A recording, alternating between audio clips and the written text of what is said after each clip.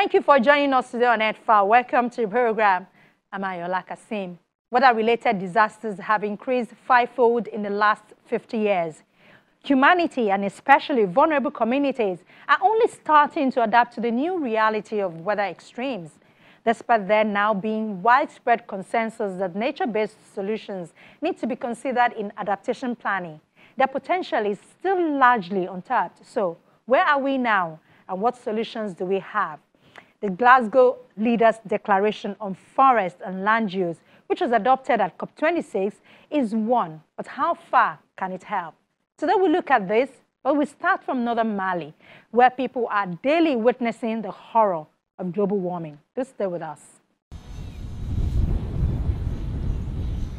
Since Lake Fagoubin in northern Mali dried up, communities on its parched shores have had to defend their homes from encroaching sand dunes while finding new ways to scratch a living from the degraded soil. The lake, once one of the largest in West Africa, used to be fed by annual flooding from the Niger River, but it started to disappear after catastrophic droughts in the 1970s, forcing more than 200,000 people to abandon their traditional livelihoods. Farmer-turned-herder Abdikarim Ag Al-Hassan and other inhabitants of the formerly lakeside villages west of Timbuktu have to build barriers out of sticks in an effort to keep the dunes at bay. All this area was covered by water. Then the water receded and trees started to grow around the lake. Then the trees started to disappear and people grew crops where the trees used to be. During the first rebellion, displaced persons arrived. They destroyed the forest. And once the forest was gone, the sand dunes formed. Abdikarim and other herders now have to walk long distances to find water for their livestock.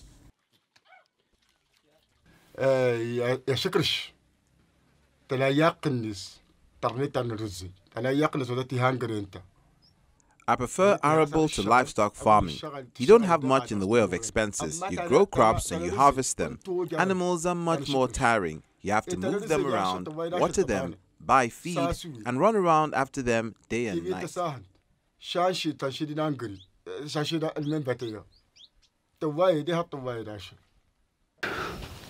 Maize farmer Muhammadu Usman said tensions are high between livestock herders and other farmers over the little fertile land and water available. He said the regular disputes have led to rising levels of crime.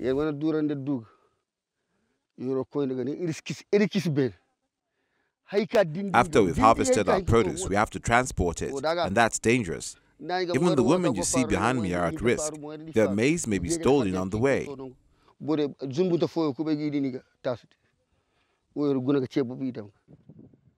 The shrinking population of Lake Fagoubin is set to come under further pressure from climate change.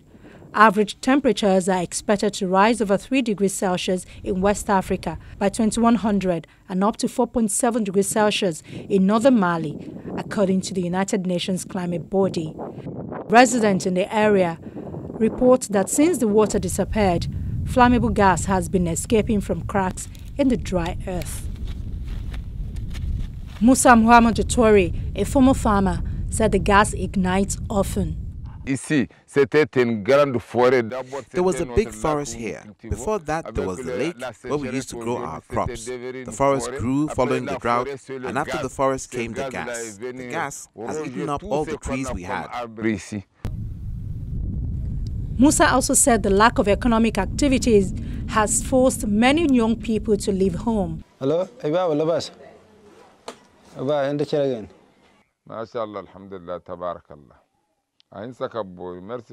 His family survives on what his son Muhammadu sends from home from the capital Bamako. The village is only functioning thanks to our brave children who've gone away. 50 to 60% of the population has left.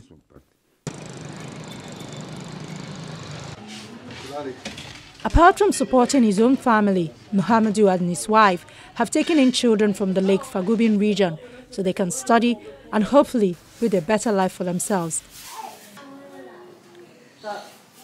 Je suis venu à Bamako parce que nous, nos parents vivaient avant avec l'agriculture. I came to Bamako Because before, our parents were farmers, but there was drought all through our childhood. As soon as we were old enough, we had to move here to earn money and send something to our families so they could eat. The young men of my generation are here with their wives. Those of us who are living here divide what we earn between ourselves and our families in the north. Chaque mois ou bien chaque fois ce qu'on trouve, c'est ça qu'on divise entre nous et la famille qui est au nord. In the village of Bintangungu, the advancing dunes have buried a schoolyard and cracked the empty building's foundations.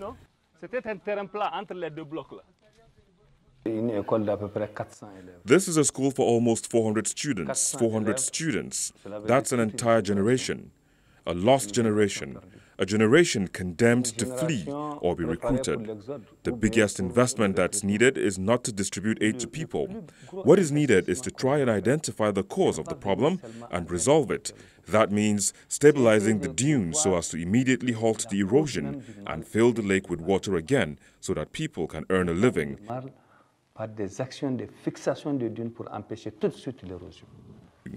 If you look at those parts of Lake Fagubin, where there is still water, you will see some wonderful livestock. Si vous partez dans les Fagubin cette année où il y a l'eau, vous allez trouver un bétail incroyable. Effort to boost resilience by restoring Fagubin's wetlands and the area's role as the breadbasket of the Timbuktu region have been derailed by waves of conflict, most recently a years-long Islamic insurgency, according to a 2016 study in the African Journal of Aquatic Science. Nature and how to protect it took center stage during the first week of COP26 as the United Nations Climate Conference turns its focus on the natural world and biodiversity loss. In 2020, the leaders of 92 countries pledged to reverse biodiversity loss by 2030 and strive to save some, if not all, of the 1 million species currently at risk of extinction. The COP26 summit in the Scottish city of Glasgow sought to raise enough commitment from world leaders to limit the global temperature rise to 1.5 degrees Celsius above pre-industrial levels. That will require the world to reach net zero carbon emissions by 2050. More than 100 global leaders have pledged to halt and reverse deforestation and land degradation by the end of the decade. Representing over 85% of the world's forest estate, they've made a landmark commitment to work together to halt and reverse deforestation and land degradation by 2030. Not just halt, but reverse. And that means more leaders than ever before have now signed up to protect our forests. Underpinned by $19 billion in public and private funds to invest in protecting and restoring forests, the promise made in a joint statement issued on Monday, the 1st of November, was backed by leaders of countries including Brazil, Indonesia, and the Democratic Republic of Congo, which collectively account for 85% of the world's forests. The leaders' declaration included $12 billion in public funding to support work to protect, restore, and sustainably manage forests from 12 countries to be delivered over 2021 to 2025. $7.2 billion in private investment from corporate and philanthropic funds. Of that, $19.2 billion, at least $1.5 billion earmarked specifically for protecting the forests of Africa's Congo Basin. Of that, $19.2 billion, at least $1.7 billion pledged towards supporting indigenous peoples and local communities and advancing their land tenure rights, and a commitment from the chief executives of more than 30 financial institutions to divest from activities linked to commodity-driven deforestation. It would not have come at a better time than now, more importantly for Africa, who is contributing less to the climate issues, but suffering more on these issues, and also having a backlash of multiple issues like illegal foreign deforestation of our continent. And I think this will practically address that. It then means the CITES, which is our umbrella body on good business, we have to enforce some law to prevent further encroachment into African contiguous forests. I think so. It's a welcome development that the world powerful leaders are saying enough is enough, and we should start allowing regeneration of our forests, as well as expanding the planting coverage of our tree coverage. But many people believe there is no pathway to net zero without protecting and restoring the natural ecosystems that protect us, like healthy forests which clean the air, or mangroves that defend coastlines against storm surges. But increasingly, nature is considered the foundation for a healthy economy, a healthy society, for our own health, as COVID-19 pandemic has shown, and as a major solution to climate. So that's increasing the way we value nature, and that was missing until recently. So that's a really important legacy, I think, of COP26. In Nigeria, part of the federal government's response to impact of climate change is to plant more trees. Many of the country's states, too, are planting trees for their environmental benefit. Most states in the northern part of the country have the target of preventing further desertification. Southern states have a range of targets, such as controlling erosion. According to a United Nations Development Programme report, in Nigeria, every year, 13 million hectares of forests are lost, while 3.6 billion hectares suffers desertification, affecting mostly poor communities. You know that the target, or the expected minimum target of every country is 25%. We are not even near 10% as I speak. So we need to be aggressive and open up. But who is monitoring? Limitation. Who is monitoring? Nobody is monitoring. People are monitoring. One, you should know that my agency is the agency empowered to tell what coverage does Nigeria have through our non-detriment findings. So I'm the one that can tell you what percentage of Nigerian landscape is covered with trees. People are mistaking forestry cover or tree cover from vegetative coverage. Grass can be a coverage, but grass cannot be there for 365 days. It has off-season and it's on-season. But when we're saying tree covers, we're talking about the perennial cover of the land. So I'm the only authority that can tell you what percentage of Nigerian land or landscape is covered with trees. Meanwhile, President Muhammadu Buhari promised in 2019 that 25 million trees will be planted annually in Nigeria to enhance the carbon sink and combat climate change. To achieve the target, the federal government is engaging both national and international organizations. It's not about the Federal Ministry of Environment and its agencies planting. It's about who owns the land, what time do we plant, who protects what you plant, and who assures the security of what you plant. Protecting it in the sense of nurturing it to grow, and securing it as the community where they are growing. And the most important stakeholder to engage is the Nigerian Governance Forum. I don't want to go into our strategies. Nigerian Governance Forum. Why? Federal government has limited time. The state government has the land. If lands are not seeded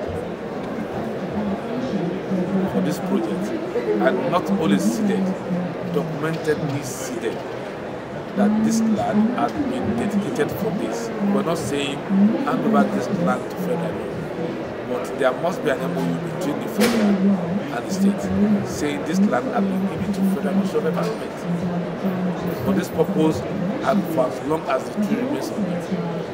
The Federal Ministry of Environment is not interested in the fruit of the trees, no. Nigeria is currently planting below 4% as against the 25% recommendation of forest cover by Food and Agriculture Organization of the United Nations. Forest loss and damage is the cause of around 10% of global warming. This, in turn, poses danger against the fight against climate crisis if deforestation continues.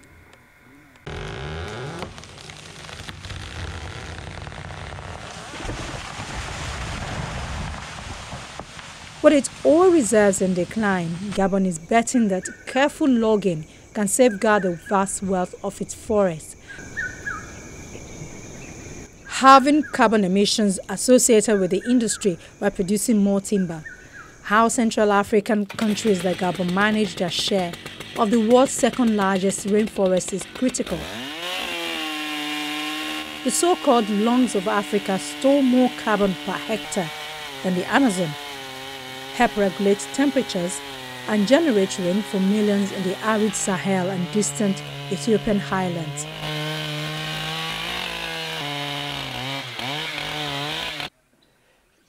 Ça fait mal au cœur parce que là, on détruit l'environnement. It's heart-wrenching because we're destroying part of the environment in a way. But what else can we do? We got it down because we're asked to. We have to cut this tree, get it out, and sell it so we can make a living. Gabon faces a conundrum. Its relatively untouched share of the Congo Basin rainforest makes it one of the world's most forested countries, a haven for endangered animals and one of the few net absorbers of climate-warming carbon. But with the oil industry that fuels 45% of its economy facing decline, self-styled Green Gabon wants to ramp up other industries while maintaining its forest cover above 85%. Forest Minister Lee White believes logging is part of the solution. He says carbon-conscious felling, stiffer regulation, and more local wood processing will generate value from the forest while minimizing environmental damage. Mr. White, a biologist and former Wildlife Conservation Society officer, said halting industrial logging, as some environmentalists wish, was not realistic. Let them come here and show me how to manage the forest and how to create jobs for the Gabonese people and how to replace the oil economy that we're going to lose because developed countries have polluted the atmosphere, so nobody's going to buy our oil anymore.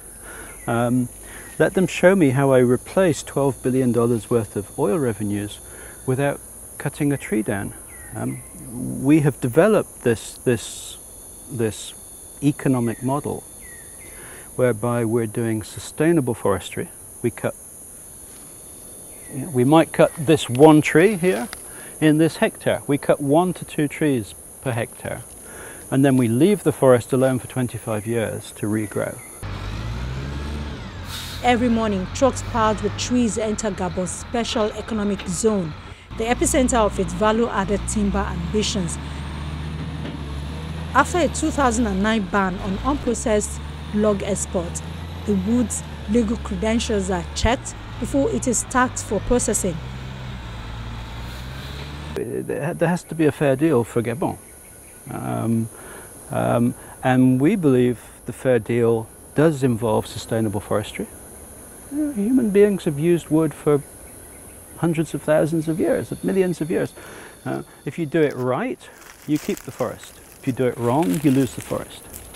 And so we're trying to do it right.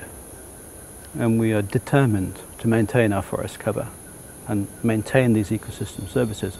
But we have to create jobs and livelihoods for the young people of Gabon.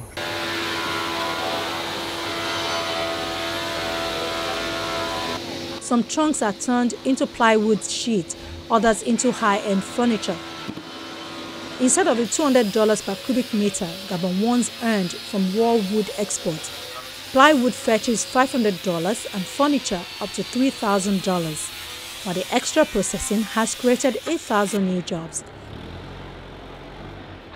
The same quantity of wood than we used to cut 10 years back. The difference is we have a lot of value added by doing the industrialization locally. So we can get maybe 5 times what we used to get by doing the local transformation of the wood and creating also a lot of jobs for nationals, people, of course, yeah. The means of limiting emissions promoted by the Nature Conservancy is part of Gabon's forest plan. Reduced impact logging for climate mitigation can lower emissions by minimizing collateral damage from tree felling, according to a 2019 study in the journal Forest Ecology and Management. This means making sure concessions track their carbon impact, build narrower roads, fell trees to cause least damage, and use less destructive equipment. With the Nature Conservancy, Gabon has tested reduced impact logging for climate mitigation and plans a nationwide rollout that it forecasts will help cut logging emissions by 50% by 2030 and maintain low deforestation even as timber production grows 20%.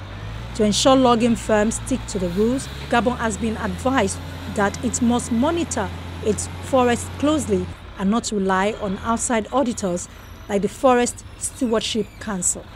Democratic Republic of Congo, with the largest share of Congo Basin rainforest, demonstrates the risk of poor management. It lost nearly 500,000 hectares of primary rainforest in 2020, second only to Brazil, according to Global Forest Watch. Gabon's forestry minister wants to show that the country is serious about tackling illegal logging, which before he was appointed in 2019, accounted for nearly 40% of the $800 million timber industry. His predecessor was fired over a scandal involving hundreds of missing containers of protected Kevazingo wood. Unfortunately, we have some baggage, we have some history. We've done better than most nations, but we have had problems with illegal forestry. And so over the next 5 or 10 years, no matter how good we are, people are always going to have a question mark, always ask. And so we are doing all we can to improve our forest management. And it's going to become very difficult to move a log in Gabon without the forestry department knowing about it, and therefore to do it illegally. Experts say one of the great developments of COP26 has been the strongest ever commitment to halt deforestation, which was launched during the first week of the summit, with almost 90% of the forest countries adhering to that and committing to really embrace deforestation-free supply chains for many commodities that are used around the world. Currently, only 3% of global climate finance is spent on nature-based solutions and only 1% for climate adaptation, and governments are being urged to make ambitious commitments to build nature-positive economies and societies. Researchers say if nature-based solutions were done appropriately, they could provide 30 to 40% of the carbon dioxide reductions required by 2030. But these approaches should not take away from the need to stop burning fossil fuels.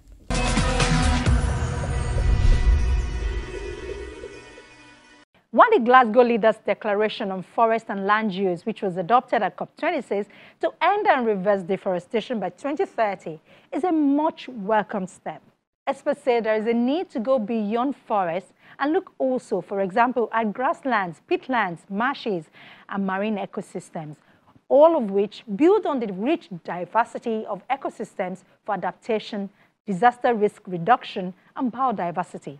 We've also been told that while nature-based solutions win both in science and on the ground, they can only fully develop their full potential if they are designed as integrated solutions and in combination with other safety nets. For example, climate risk insurance or forecast-based financing. Over the long term, the planting or protecting forests can only be an effective climate adaptation measure if this gets complemented by actions that also relieve the environmental and social pressures which led to their destruction in the first place. That's our program for today. Thank you for watching. We hope to be back with you next week. In the meantime, our inbox sfile@channelcv.com is available for your comments and your questions. From all of us here in Lagos, it's bye for now.